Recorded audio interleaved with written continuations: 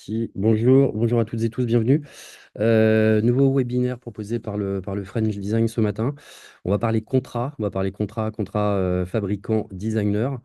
Voilà, pendant 30 minutes, voilà, on va vous délivrer quelques contacts et quelques bonnes pratiques. Et je vais laisser la parole de suite à Guillaume Giacomoni, voilà, qui va vous présenter, qui va vous faire quelques petites présentations pendant une demi-heure. Guillaume, je te laisse la main.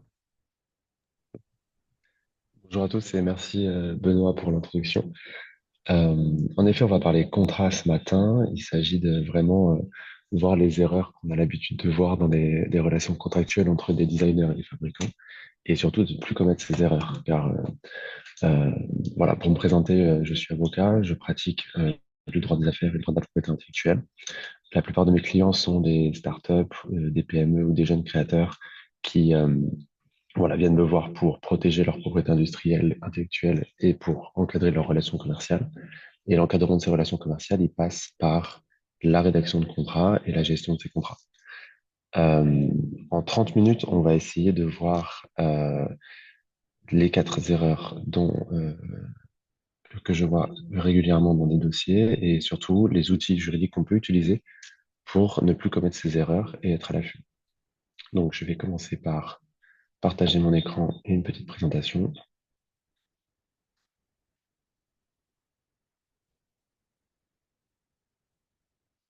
Ok. Alors, pour commencer, on va rentrer dans le vif du sujet. La première erreur qu'on voit souvent, ce sont surtout des designers ou alors des artisans ou alors des fabricants qui dévoilent toutes leurs cartes et ce, dès le début. Donc là, par ordre chronologique, en fait, on se trouve avant la rédaction de contrat, on est encore dans une phase de négociation.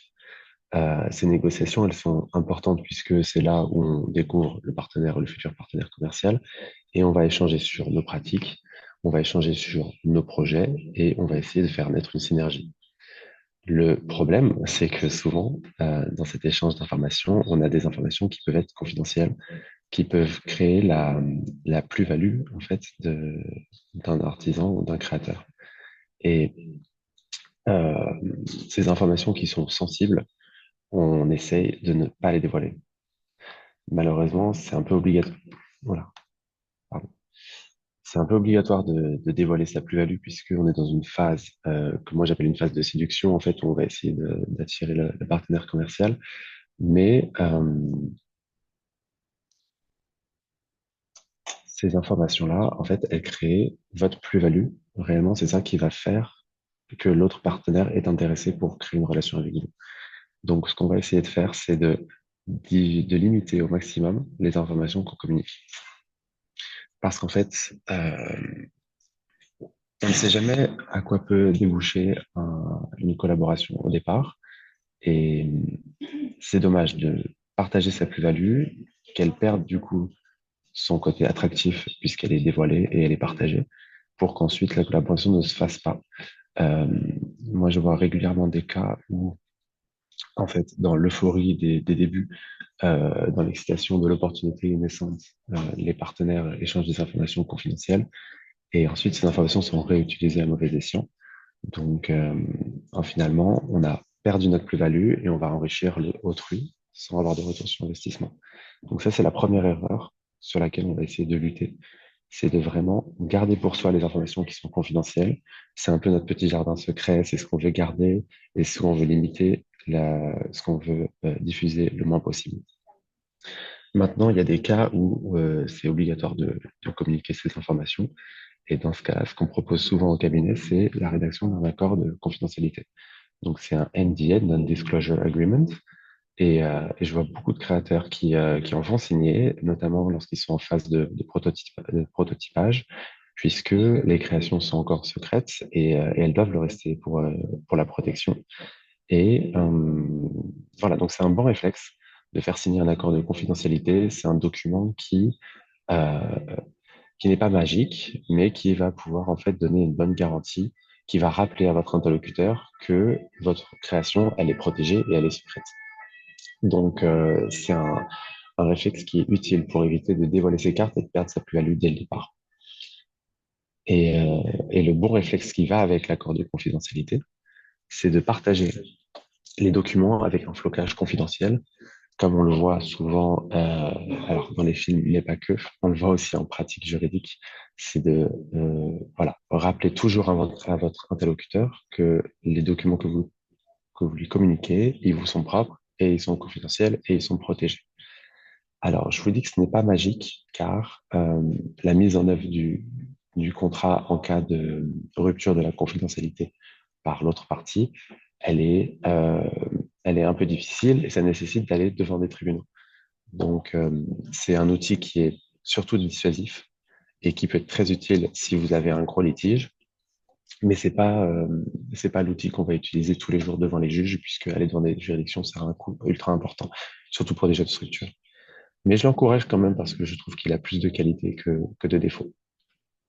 Surtout, en fait, il va être très utile si vous avez un savoir-faire ou une technique de fabrication qui vous est propre et qui n'est pas protégeable.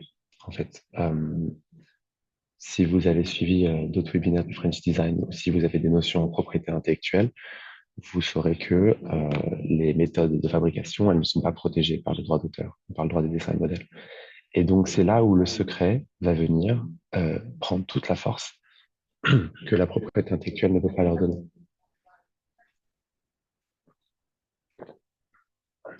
De la même manière, par parallélisme, on a, juste pour le petit exemple, on a Coca-Cola qui, euh, qui a une recette qui est connue dans le monde entier, mais comme les recettes ne sont pas protégeables, la recette est tenue secrète. Et ben, en fait, c'est le même système pour vos créations.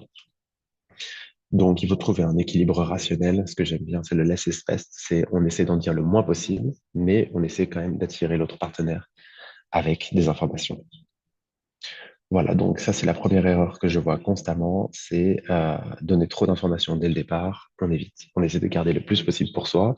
On donne, sans être paranoïaque, on donne quand même genre suffisamment d'informations pour créer une relation de confiance. Mais s'il y a vraiment un savoir-faire ou une technique de fabrication propre qu'on veut absolument garder confidentielle, on signe un accord de confidentialité. Voilà, on va pouvoir enchaîner sur notre deuxième erreur.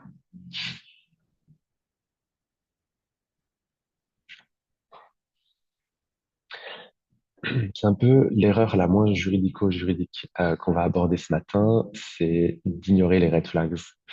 Euh, quand je parle de relations contractuelles avec les clients, j'aime toujours prendre le parallèle avec les relations amoureuses parce que pour moi, c'est quelque chose qui est facilement identifiable et on a surtout de grandes similarités entre ces deux types de relations puisque on a un champ lexical très proche, puisqu'on parle de relations, de partenariat, d'engagement, de confiance et de parfois de fidélité. Euh, et en fait, ça nous permet de se rappeler que ce qu'on fait à titre personnel, on peut aussi l'appliquer dans notre relation contractuelle. Donc maintenant, les red flags, on commence à être de plus en plus assertif en date pour les repérer, et il n'y a pas de raison qu'on ne puisse pas faire la même chose avec les relations commerciales. Ce qu'on va essayer de faire surtout, c'est de ne pas se laisser aveugler par les promesses. Parce que c'est le début de relation, on est donc dans une phase de lune de miel et on va avoir des promesses d'un côté et de l'autre et on a surtout l'espoir d'une collaboration fructueuse. C'est surtout le cas lorsque on est un jeune créateur et que soit on sort d'école, soit on commence à lancer ses premiers projets. Et on a vraiment envie de commencer, en fait, de se lancer, aussi de faire du chiffre, ce qui est totalement normal. Et on va parfois passer outre notre instinct pour forcer une collaboration qui peut-être n'aurait pas lieu d'être. Donc, mon premier conseil pour ça, c'est de suivre son instinct, puisque, en fait, j'ai pas réellement de tips juridiques sur ce point-là. Mais c'est un point qui me tient quand même à cœur, puisque j'ai beaucoup de clients qui viennent me voir après que ce soit parti à volo et qui regrettent en tout cas de s'être lancés et qui auraient aimé suivre leur instinct avant de contractualiser avec des partenaires commerciaux. Et et il n'y a pas de moyen de retourner en arrière. En fait, une fois que vous êtes lancé, vous êtes lancé. Donc, il faut prendre le temps de réfléchir avant de vous lancer et dans un nouveau partenariat pour vraiment faire un assessment. Est-ce que ça vaut le coup? Est-ce que vous êtes prêt à prendre la charge mentale et la charge émotionnelle de entrer en partenariat avec quelqu'un qui n'a pas forcément les mêmes manières de travailler avec vous et ça vous pose problème? Donc voilà, on apprend à dire non, puisque c'est pas parce qu'on est un jeune designer qu'on doit absolument accepter tous les projets. Voilà, il faut faire attention entre le temps que ça vous prend, la charge mentale, la charge émotionnelle et le coût que vous pouvez en retirer. Sachant que parfois un projet ou un partenariat qui n'est pas fructueux à cause de différences de comportement ou de tempérament entre des partenaires, ça peut aussi pourrir un peu la réussite de votre produit, puisque soit vous ne le verrez plus de la même manière, soit vous aurez raté l'occasion de le faire produire par quelqu'un d'autre. Et surtout, lorsque vous vous enlisez dans une relation avec un mauvais partenaire, vous ratez aussi d'autres opportunités qui auraient pu naître concomitamment. Donc voilà, le petit récap, c'est on ne confie pas ses œuvres à n'importe qui, puisque voilà, enfin en tout cas là, je parle pour les designers. En tant que designer, vous êtes un peu les parents de vos créations, et c'est votre responsabilité de les garder pour des personnes qui les méritent en tout cas. Donc voilà, le seul conseil que je peux vous donner juridiquement sur ce point, c'est si vous avez un doute, ça peut être pratique de passer par le NDA dont on a parlé, l'accord de confidentialité au premier point, étant donné que c'est un contrat qui va être très, comme je l'ai dit, dissuasif et que vous allez tout de suite pouvoir trier en fait les partenaires lorsque vous leur envoyez ce genre de contrat. Alors si c'est légitime, évidemment, s'il y a un secret à protéger, mais en tout cas, moi, dans la pratique, je le constate, c'est qu'on envoie souvent des NDA pour sonder un peu le sérieux de l'autre partie. C'est-à-dire comprendre si elles sont prêtes à s'engager, si elles sont prêtes à signer ce papier, qui a quand même un engagement significatif et qui va envoyer un signal voilà, de sérieux et d'engagement. Donc, moi, je vous le recommande. Si vous avez un doute sur la confidentialité, si vous avez un doute, pardon, sur le sérieux de votre partenaire, n'hésitez pas à lui faire signer un NDA et vous verrez tout de suite, en fait, comment il réagit.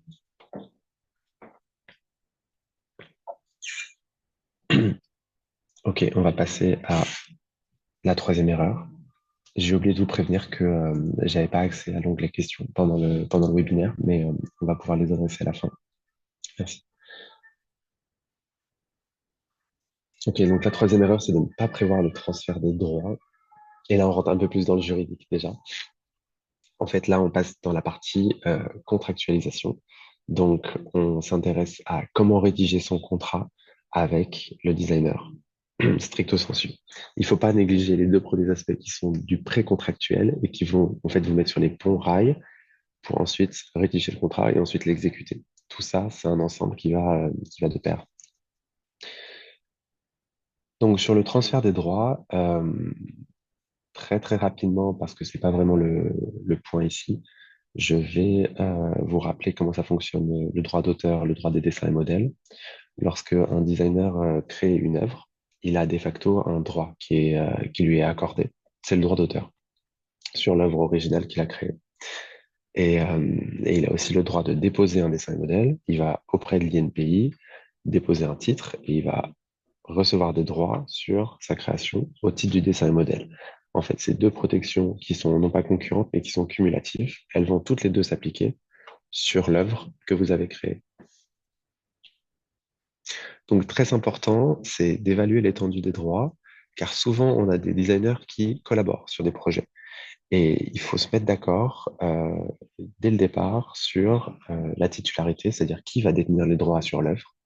Est-ce qu'on a collaboré sur les mêmes éléments et du coup, on est tous les deux titulaires des droits et qui va gérer ces droits, comment ça se passe. Donc tout ça, c'est de la contractualisation. Lorsque vous collaborez à plusieurs, c'est important en fait de gérer ces prérogatives propres puisque ça évite ensuite les conflits. Toute la raison d'être du contrat, c'est d'anticiper les conflits et de ne pas avoir besoin d'aller chercher un avocat déjà et d'aller devant le juge ensuite pour décider qui a tort, qui a raison.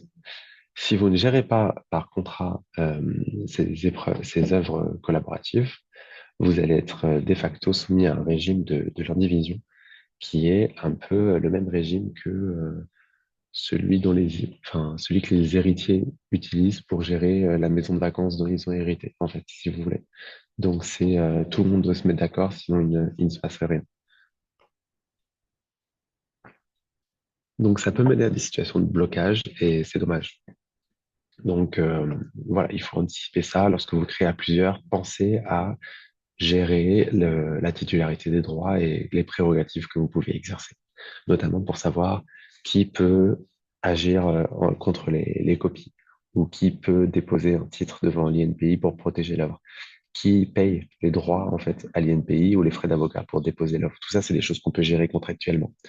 Et ce sont des choses que vous pouvez gérer non seulement entre deux artistes collaborants, mais aussi entre un créateur et un fabricant.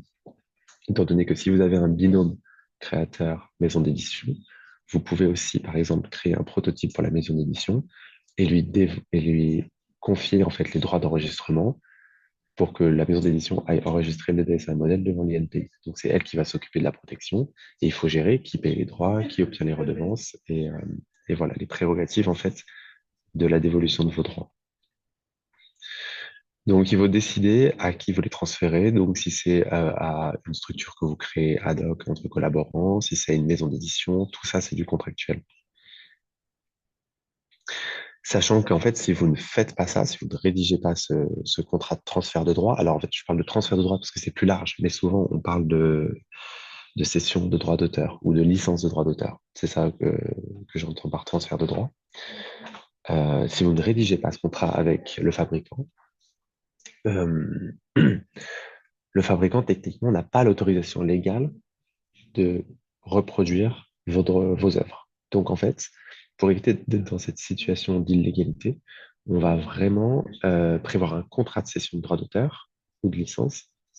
Et c'est très important de le faire dans les règles légales parce que le Code de la propriété intellectuelle donne un certain nombre de conditions à respecter obligatoirement. Et si on ne respecte pas ces conditions, le contrat n'est pas valable et la transmission des droits n'a jamais eu lieu. Et du coup, le fabricant peut se retrouver en cas de contrefaçon, en théorie, même si en pratique, ça arrive peu puisqu'il y a un accord.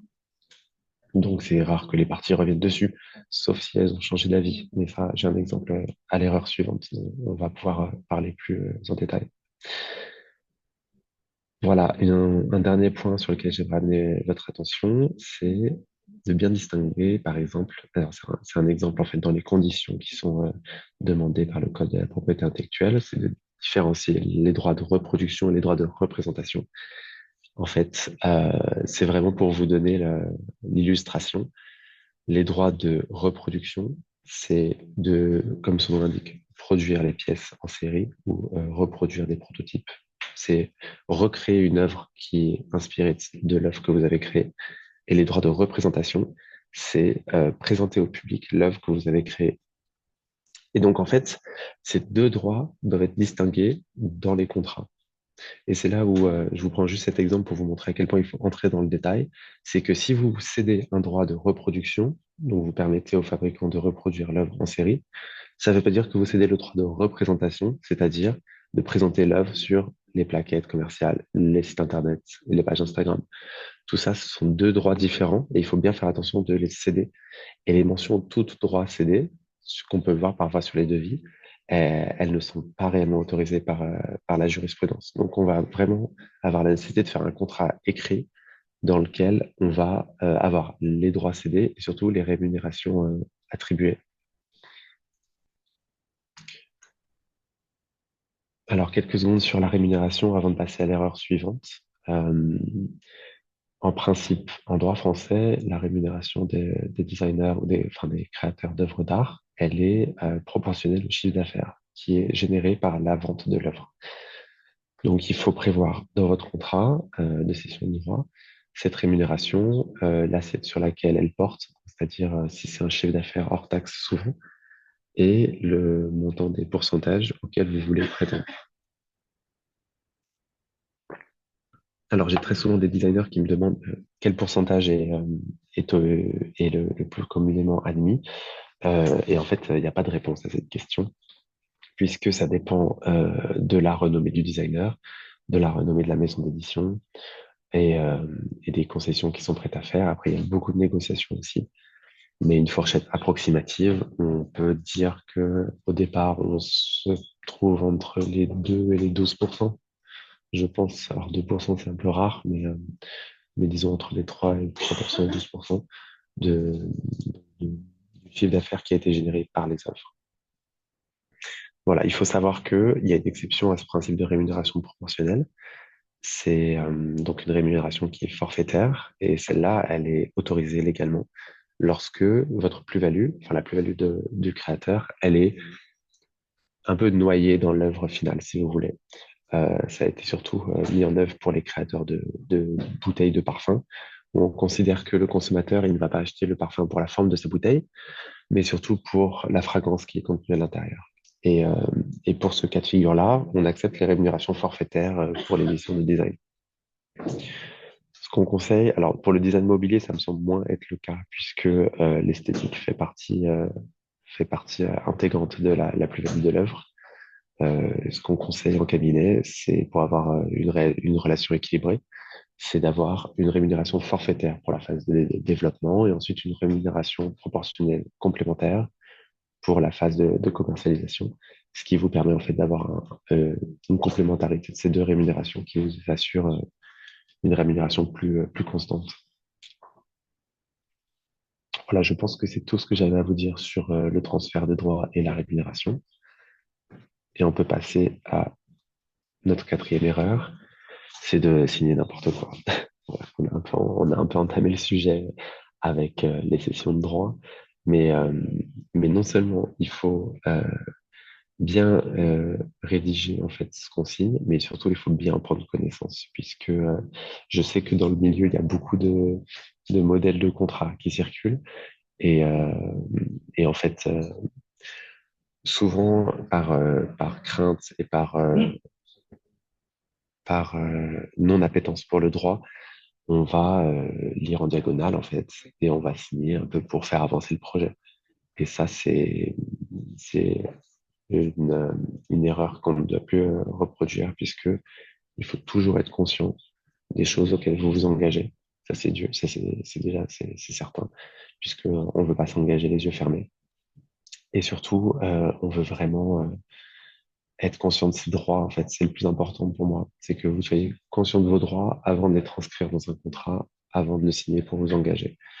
En fait, si vous ne comprenez pas votre contrat ou si vous n'en prenez même pas connaissance, ça va être très difficile après de le mettre en application. Et si, alors, il y a des cas où ça se passe très bien, où en fait, il y a une très bonne communication avec le fabricant, avec le designer, et tout se fait naturellement. Mais, euh, mais vraiment, si un jour la collaboration périclite un petit peu, s'il y a des difficultés dans l'acheminement, la livraison, des responsabilités avec des œuvres cassées, ce genre de choses, c'est là où on va aller en fait aller chercher le contrat. Et, euh, et pour cela, il faut que votre contrat il soit backé et que tous les cas de prévus, tous les cas de figure, pardon, soient prévus. Ouais, pour moi, c'est très important d'anticiper en fait les problèmes contractuels. C'est, j'ai beaucoup de clients qui viennent me voir a posteriori, lorsque c'est trop tard, comme je vous l'ai dit au début de webinaire. Donc, il faut vraiment prendre le temps de connaître ses droits et ensuite de bien les mettre en application. Et franchement, je trouve qu'on est à une ère du digital où on a énormément de ressources gratuites, énormément de ressources accessibles et vraiment, ça prend peu de temps. Alors, c'est difficile d'avoir un regard d'expert sur des sujets pointus pour lesquels on n'a pas l'habitude, mais il y a plein de sujets sur lesquels on peut aller rapidement sur, je vous conseille surtout Service Public, qui est le site de l'État français et qui est vraiment très bien fait.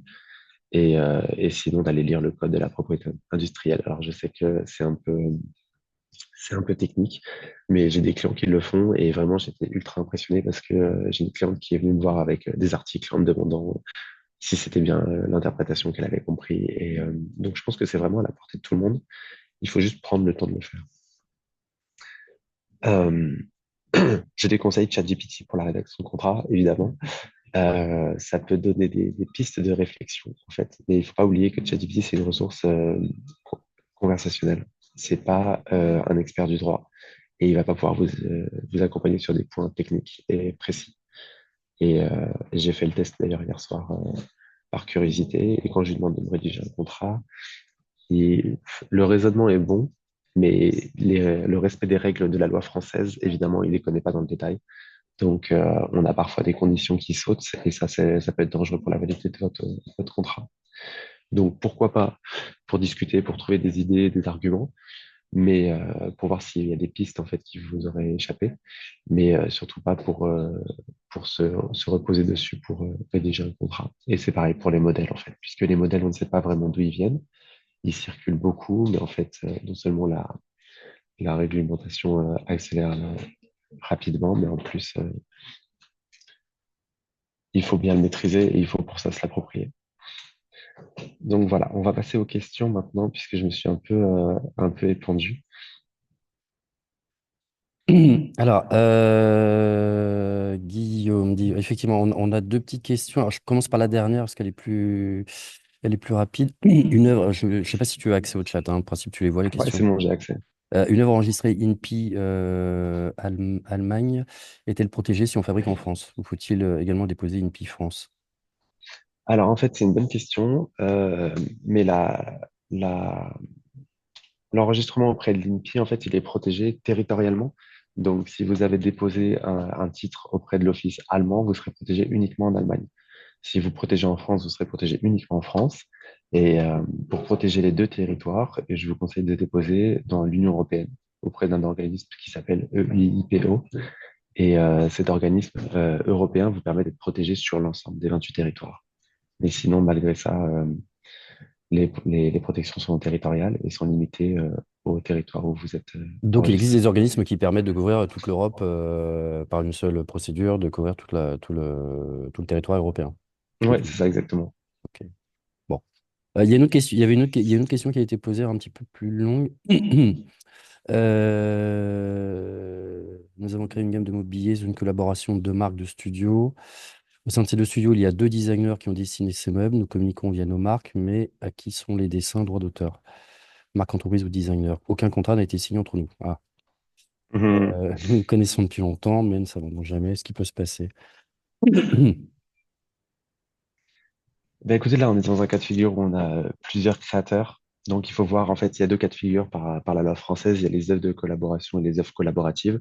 Je ne veux pas rentrer dans le détail parce que c'est assez spécifique, mais il faut surtout se demander qu'est-ce qu'on a créé ensemble? Est-ce qu'on a collaboré sur les mêmes éléments ou est-ce qu'on a ajouté chacun des briques, en fait, qui sont distinctes? Et en fonction de ça, vous saurez quel régime s'applique, en fait. Euh, alors, s'il n'y a pas de contrat, vous êtes dans un régime légal et je vous invite vraiment à aller soit sur le service public, soit à ouvrir le code de la propriété industrielle. Je peux pas vous répondre là en l'espèce puisque j'ai pas les détails sur les implications de chaque auteur. Mais en tout cas, le droit d'auteur, il naît sur la tête de la personne physique, a priori.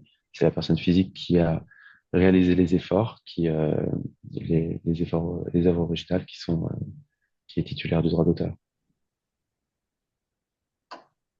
On a une question supplémentaire qui est arrivée sur les NDA. Est-ce qu'il y a c'est un template, un type un NDA type qui peut être utilisé? Où est-ce que ça peut se trouver?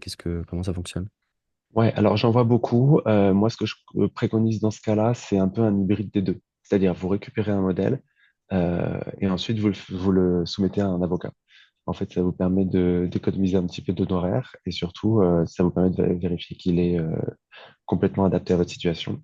Ce que je recommande, puisque NDA, il faut vraiment faire attention, il faut bien que les définitions des informations qui soient protégées il faut que la définition soit assez précise et qu'elle corresponde bien à votre activité. Donc, je déconseille de prendre un modèle parce que s'il a servi à d'autres industries ou à d'autres acteurs, peut-être que la clause a elle-même été déjà précisée. Et je vous conseille de vraiment le faire coller à votre situation. Et donc de s'adresser à un avocat ou à un juriste Ouais, pour... je pense que prendre le modèle et le soumettre à un avocat, c'est le meilleur moyen. C'est un peu le meilleur des deux mondes. Ok. On a encore une question. Alors c'est un cas de figure, oui, dans le cas d'auto-édition, designer et des artisans. Donc je pense, j'essaie d'interpréter la question, hein. Donc c'est un designer Oui, merci. qui s'auto-édite, designer qui s'auto-édite, voilà, et qui pour la production donc passe par un artisan. Là, on est dans en termes de droit, c'est le designer qui conserve de toute façon le droit j'imagine sur l'œuvre, sur le dessin, C'est ça, exactement. dans tous Tant les que cas. l'artisan n'a pas une plus-value créatrice et artistique, Ouais. le designer reste titulaire de ses droits et en fait, ils ont un contrat de prestation de service. c'est pas un contrat de cession de droit d'auteur, c'est uniquement, voilà, il lui demande de réaliser des prestations matérielles pour lui, pour son compte. Et il y a pas de transmission de droit d'auteur. Par contre, le contrat de prestation de service peut prévoir que l'artisan s'engage à ne pas créer de contrefaçon ou à ne pas voilà, faire de la concurrence au designer. Pas Donc, quand même dénaturer l'œuvre, pertinent. à faire des modifications dans l'œuvre ou C'est autre. ça, exactement. Ok. Ok. On n'a pas d'autres questions, donc on va s'arrêter là. On va boucler. Il est 10 heures, donc c'est très bien. Merci Guillaume pour ton Merci à toi. intervention. Ce webinaire sera disponible en replay dans la journée depuis notre site internet, lefrenchdesign.org, rubrique formation. Voilà, puis de toute façon, j'adresserai le lien de replay à tout le monde dans la journée. La semaine prochaine, on parlera, jeudi prochain, 9h30, 10h30, on parlera intelligence artificielle. Voilà, un autre sujet tout aussi passionnant, animé par Jean-Christophe Camuset de l'écoration, avec Étienne Mineur, un opérateur d'intelligence artificielle. Voilà, il est très, très intéressant. Donc, je vous invite à vous rendre sur le site pour vous inscrire. Et puis voilà. Merci Guillaume encore. Merci Benoît et merci à tous d'avoir suivi. Bonne À journée, à très bientôt. bientôt.